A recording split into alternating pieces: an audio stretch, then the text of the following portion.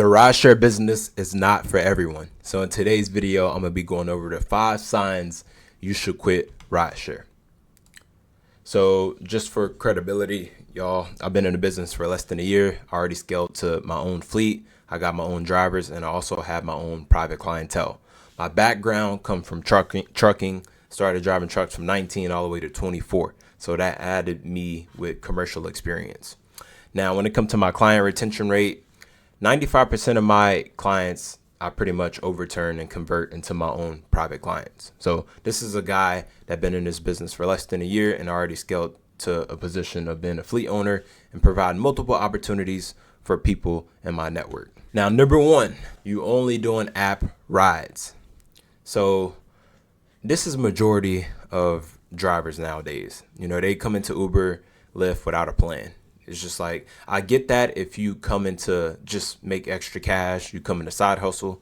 But to me, if you're going to be on like the premium side, as far as like black car service, it just don't make sense to get into it unless you're going to treat it like a business. That's just me.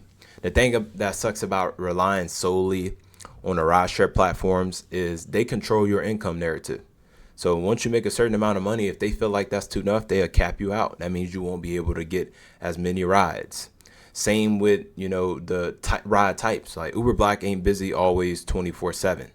So, or Uber Black is not always busy 24/7. So sometimes if you don't have like that back leverage as far as having your own private clientele, you're going to be stuck without making money. And the thing that sucks about that, again, is you stuck with a car note, you stuck with commercial auto insurance, and you also stuck with any maintenance repairs that come with that SUV. I tell people all the time, these rideshare platforms are strictly for back pocket use only. That means, and I'm speaking for the black car side, black car service side, that means you service your private clientele. Your main goal, your main objective, main target is to build your own private clientele.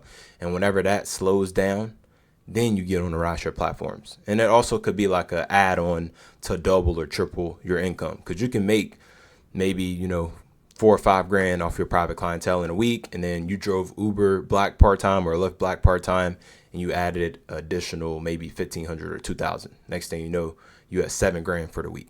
So your main target should be building a private clientele, but if you solely relying on the rideshare platforms, I'm gonna tell you right now, you're not going to be in this business very long, especially, and I'm mainly talking to the guys that's on the black car service side, because the black car service side is way more expensive than just driving, regular Uber X or regular Comfort and XL. It's not as much overhead as far as like the stuff you have to worry about with the permits, the licenses, and the auto insurance. Number 2, you don't track your expenses. So this is the fastest way to get put out of this business. You got 3 big things. Well, 4 big things, I'm going to say. You got your note, you got your insurance, you got repairs, and you also have everyday use. And what I mean by that is just fuel. If you're not tracking that per day to know how much money you actually bringing in after you take care of all the expenses, you're going to be out very quickly. Some drivers be like, oh, I made 3 grand this week or 4 grand this week, but they didn't account for what they spent in fuel, tolls, repairs. If they had to do like a minor repair, they don't take into account for that. And after all of that, you may be bringing home what, 1,500 a week. I mean, that's still good money, still better than working a job, but you're not really gonna have room to breathe like that. So you need to track your expenses. If you're not tracking your expenses, I promise you that's the fastest way to get out of this business. Now, number 3, you burning out without building assets. So just because you're working 12 hours a day don't mean nothing. You can work 12 hours a day and make $300-400 per day. But like I said, if you're not tracking your expenses, that could get cut in half very quickly.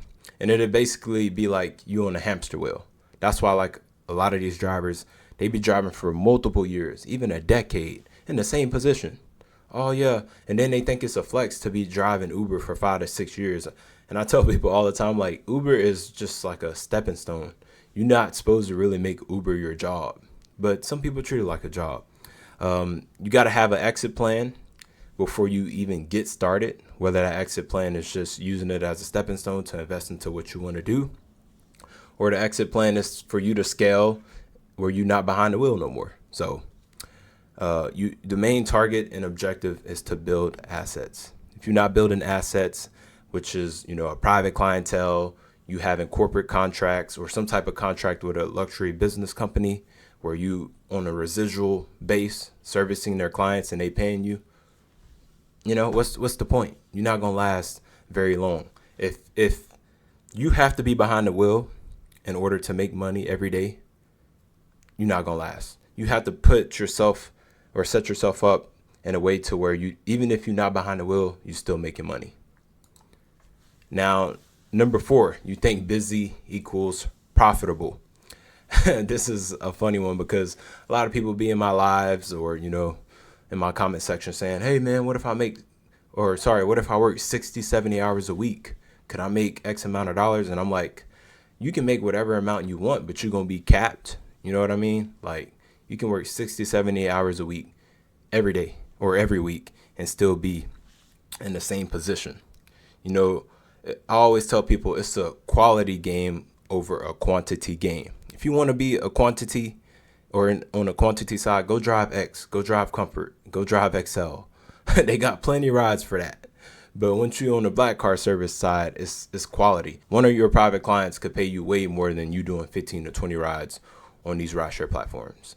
So if you're not, it's 2 different ways. You can be busy in a way to where you just, picking up people, dropping them off, or you can be busy in a way to where you scaling it as a business, which is putting systems in place, building a private clientele, start scaling to where you now have drivers to take care of them clients. Like that's the good type of busy. You don't want to be the busy of just on the hamster wheel of picking people up and dropping them off, So what's crazy is it'll be a driver. Like I know a driver here in Houston.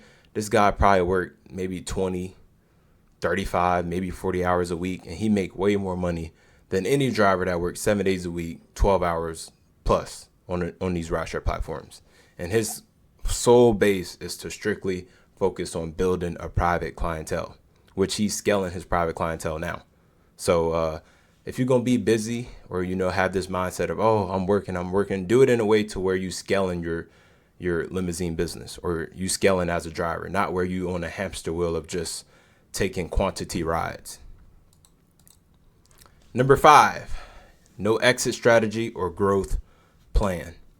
A lot of people get into this business with the hopes of that they can make a certain amount of money. They're not thinking about the business side before they get into it, which is, building a private clientele, scaling it, basically like a limousine company. If you don't have a vision to where you can see beyond just being on the rideshare platforms and scaling your own private clientele, you're going to be out of it quickly. Because here's the thing about the black car service side. It's expensive. A lot of people fall into the trap on X, Comfort, XL. Basically, like, okay, I'm going to drive Uber and Lyft to make extra money. A couple months go by, now they treating it like a job. But on the black car service side, you can't do that because all the expenses add up. It's not cheap being on this side. It's very expensive. But you also can make a lot of money to, dilute the expenses. It's just you have to have a plan. Not just a regular plan, but a growth plan, which is scaling the private clientele, scaling the fleet. That way you can provide multiple opportunities, not just for your drivers, but also for your passengers as well. You need to have systems in place.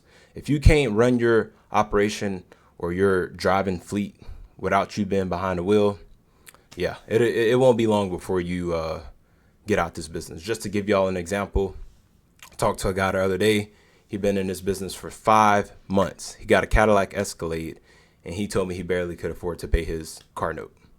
And I'm like, you've been in this business for 5 months with a luxury SUV, and you barely could afford to pay your car note? That's insane. That's literally insane. Hold on, y'all. Give me 1 sec. A Cadillac Escalade is a premium car for this business, so it should be so easy to build and scale a private clientele. Everybody want to ride in a Cadillac. So I told him he was doing something wrong. And yes, he wasn't he wasn't moving with a plan as far as selling his service outside of the rideshare platform. So if you're going to rely on these platforms, just be expected to make the same income per day. It's basically no difference than you working a job. So without a plan, you planning to fail very quickly. So what you need to do is start tracking your expenses every week. If you ain't got a private clientele, start building a private clientele ASAP. You can even do this with regular rideshare.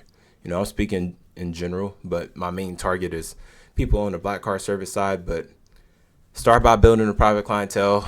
And I ain't talking about where you service one client 3 months ago. I'm talking about where you servicing 1 to 3 clients every week on a residual basis.